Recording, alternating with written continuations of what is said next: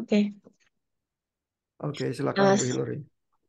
hmm, Selamat malam Pak Ihan dan teman-teman yang sedang eh, menonton presentasi ini.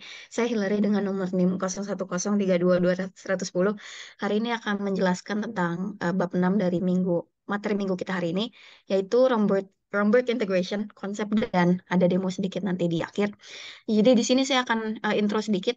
Terus jadi Romberg integration itu dia pakai trapezoidal rule dan dia juga pakai Richardson extrapolation. Terus saya juga ada error counting sendiri yang menurut saya cukup menarik ya. Jadi sebenarnya Romberg integration itu apa? Romberg integration itu metode kira-kira gitu kan. Dia memperkirakan, memprediksi atau kayak menebak-nebak hasil dari integral yang kita input. Integralnya tentunya ada persamaannya, ada batasannya, ada boundnya misalnya dari A dan B, dan dicoba eh, seakurat mungkin dengan menggabungkan teknik composite trapezoidal rule dan Richardson extrapolation. Jadi, nah di sini juga saya sempat kebalik-balik dan pas saya bikin syarat ini pas awalnya pas masih belum mengerti banget. Efeksia tentunya harus persamaan kontinu kan dan interval AB karena eh ya jadi ya harus bentuknya integral kayak gini. Kalau misalnya bentuk diskret yang ada logo sumnya itu udah nggak mungkin bisa. Ini memang terimanya integral aja dan kira-kira persamaan yang kita mau solve ini seperti ini. Selain itu juga ini spoiler sedikit. Jadi dia bakal converge ke hasil yang paling akurat dan dia bakal nunjukin errornya tergantung code-nya apa. Di sini saya akan flashback sedikit ya tentang trapezoidal rule-nya ini, yang sebenarnya itu bertanggung jawab buat cari elemen-elemen pertama sebelum diolah sama si Richardson extrapolation. Tadi Pak Ihan juga udah bilang, eh, iya Bapak juga udah bilang bahwa trapezoidal rule ini kan capek ya. Dia juga kalau dia cari titik-titiknya gitu kan, titiknya makin banyak makin akurat gitu. Kalau misalnya di sini dia tarik ke satu titik, sangat tidak akurat karena melencengkan dari paraboliknya itu. Sedangkan kalau titiknya makin banyak itu, oh dia makin mendekati. Dan kalau diperhatikan di sini cuma satu bagian, jadi dia kayak ngedouble ya. Jadi ke titiknya misalnya cuma ambil satu titik, terus tiga titik selanjutnya jadi setengah areanya lagi. Jadi di sini satu area, jadi dua area, jadi empat area. Di sini juga kalau dilihat nggak cuman karena dia prediksinya lebih oke kan, karena titiknya juga lebih banyak. eh, di sini hanya juga makin pendek gitu, jadi memang makin capek, makin kita perlu cari banyak titik. Dan kenapa trapezoidal rule ini penting banget sebelum Richardson extrapolation? Sebenarnya HH yang dikumpul ini kan, misalnya ini H0, H1, H2, H3, H4, H1, 1, 2, 3. Ini harusnya 4 ya, maaf. Ini misalnya H0-nya tuh elemen pertama kan, R11, H1-nya itu elemen keduanya, R21, H3-nya itu R31. Dan ini buat apa? Eh, ini Dua elemen ini untuk menemukan elemen yang ketiga.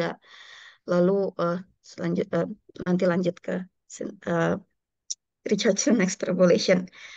Dan ini sebenarnya rumus general ya yang digunakan dalam trapezoidal rule ini. Jadi dia ambil boundnya kan. Di sini itu A, di sininya itu B. Jadi ujung ke ujung dari integralnya itu kita bagi belah dua, belah dua sampai kira-kira eh, ke level akurasi yang kita inginkan. Lalu di sini karena dia hitungnya itu kan luasnya. Jadi luasnya itu dari FA dari A-nya di sini kan, dari awal sampai akhirnya itu kira-kira luasnya seperti apa. Dan ini kalau misalnya dia makin kompleks kan, ini misalnya A min B per 2, nanti A min B per 4 per 8, dan seterusnya. Selanjutnya di sini yang menurut saya cukup menarik itu Richardson extrapolation-nya. Saya tahu emang trapezoidal rule itu lumayan capek ya, lumayan capek ngitungnya, tapi dengan Richardson extrapolation ini ternyata saya baca itu katanya lumayan cepat ya. Jadi ya, agak lebih cepat dibandingkan trapezoidal rule. Eh, di sini cara kerjanya gimana? Jadi kan halaman satu misalnya yang sama dua itu udah diketahui dengan trapezoidal rule, ke elemen berikutnya ini diketahui, ke elemen sebelahnya diketahui lagi dua elemen eh, samping dan atas lanjut dan dia akan multiply sampai di area yang kita inginkan. Dan ini sebenarnya algoritma yang dia bikin ya. Jadi kayak rumusannya untuk mencapai hasil yang kita inginkan dan eh, hasilnya itu memang dari diagonal terakhir. Jadi dari diagonal sini kira-kira yang mana yang paling bagus itu nanti diambil. Jadi diagonal RIJ yang kita ambil. Lalu error counting. Di sini error counting yang saya pakai itu nanti di codingannya juga ada. Itu membandingkan RN dengan nilai integral yang saya cari di kalkulator di internet. Jadi eh, perbedaannya berapa dan itu nilai error yang saya dapatkan karena ya itu oke. Terima kasih. Eh, saya akan lanjut ke sesi demo. Oke. Eh eh maaf. eh yang mana ya tadi? Nah ya oke. Di sini saya mengambil codingan di internet karena ya di sini import NP sama sistemnya biasa. Ini masih Lalu PowerPoint-nya Bu yang kelihatan. Mungkin harus diganti window-nya di share screen lagi ulang. ya ampun,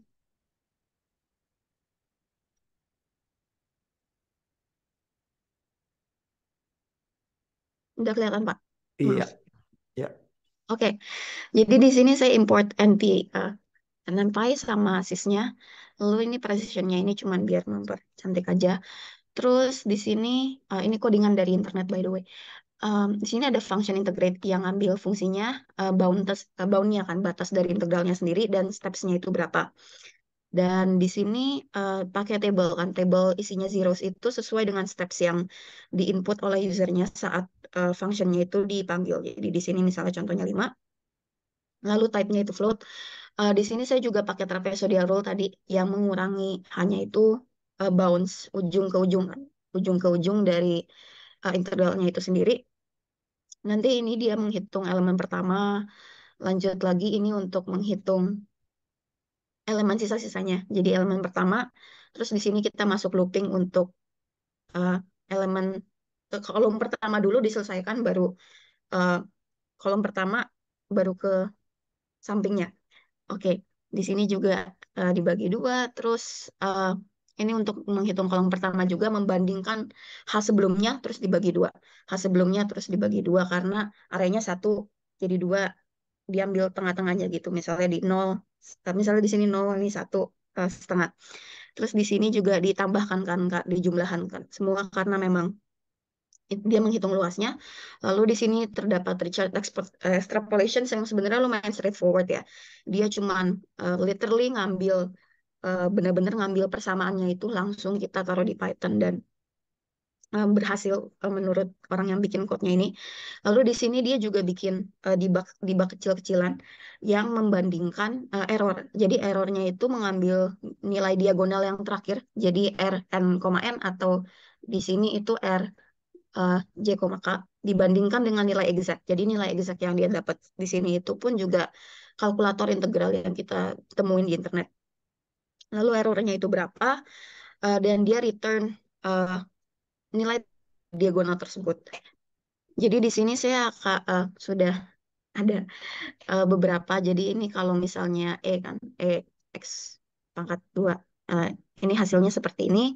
Kalau iterasinya itu 5 kali. Di sini terlihat bahwa errornya itu semakin banyak iterasinya, errornya semakin kecil.